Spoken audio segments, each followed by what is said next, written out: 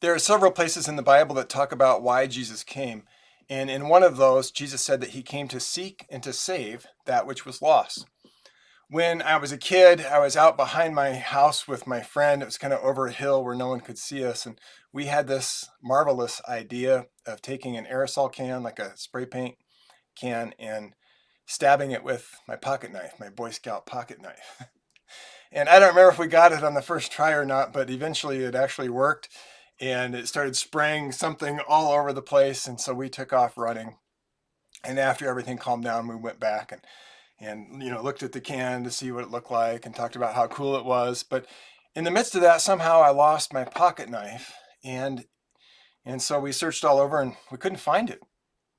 And so after that, like every time I was in that same area, I'd look around on the ground to see if it would show up. But I didn't know if I threw it or if I dropped it before I ran or after I ran, and so it was pretty hard to find. But I don't remember when it was. Maybe it was a couple years later. But my friend and I were in that area again, and I brought it up, and my friend's like, "Oh, there it is." It was right there on the ground at his feet, and it was pretty rusty by then. I actually still have it, and it's just one of those things that, like, when you lose something, you keep seeking and you seek and you seek until you find it, because you're missing it and you want it back.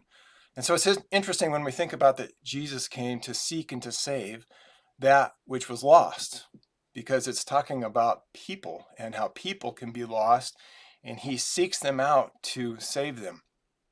When Jesus was doing his ministry, there was a man who wanted to see him. The guy was a tax collector, who were kind of the lowlifes of the time. And he climbed up into a tree to try to see Jesus because the crowd was really big and he's kind of a short guy. And Jesus stopped and talked to the guy, which was kind of a big deal because he felt kind of shameful, I think, as a tax collector. And Jesus invited himself over to the guy's house to eat with him. And people were kind of like, man, why is Jesus hanging around this guy? Doesn't he know what kind of guy he is? And this guy's name was Zacchaeus. And it says, Zacchaeus stood up and said to the Lord, "Behold, Lord, the half of my goods I give to the poor. And if I've defrauded anyone of anything, I restore it fourfold." And in that, I think Zacchaeus had this change of heart where it's like he wanted to quit ripping off people and wanted to make things right. And he wanted to be a follower of Jesus. And that's pretty cool. Here's what Jesus said to him. He said, "Today salvation has come to this house, since he also is the son of Abraham.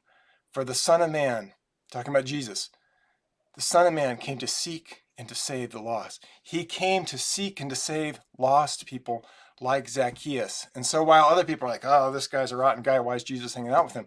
Jesus is like, this is who I came for.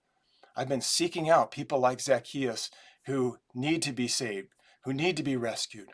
And so I think it's kind of a cool story because Jesus was seeking him out, and he was kind of also seeking Jesus out by climbing up in the tree. And I just think, man, Jesus is seeking each one of us out. And if you've never become a Christian, if you've never put your faith in Jesus Christ, I just encourage you, like, Jesus is seeking you out. Jesus wants you to enter into a relationship with him. I encourage you to seek him out. Come be, here I am, you can find me because I want to follow you too. I want to become one of your children. And so I encourage you, if you haven't done that before, do that today. You'll enter into an amazing journey that doesn't just have to do with eternal life, but it affects your life now as you enter into a relationship with Jesus now.